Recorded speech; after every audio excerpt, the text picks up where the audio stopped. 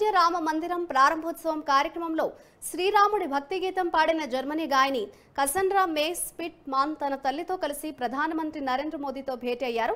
గాయని కసండ్రా అచ్యుతం కేశవం భక్తి గీతాన్ని ఆలపించగా మోదీ తన చేతులతో దరవేస్తూ ఆమె పాటను ఆస్వాదించారు.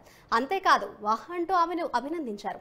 దీనికి సంబంధించిన వీడియో ప్రస్తుతం సోషల్ మీడియాలో వైరల్ గా మారింది.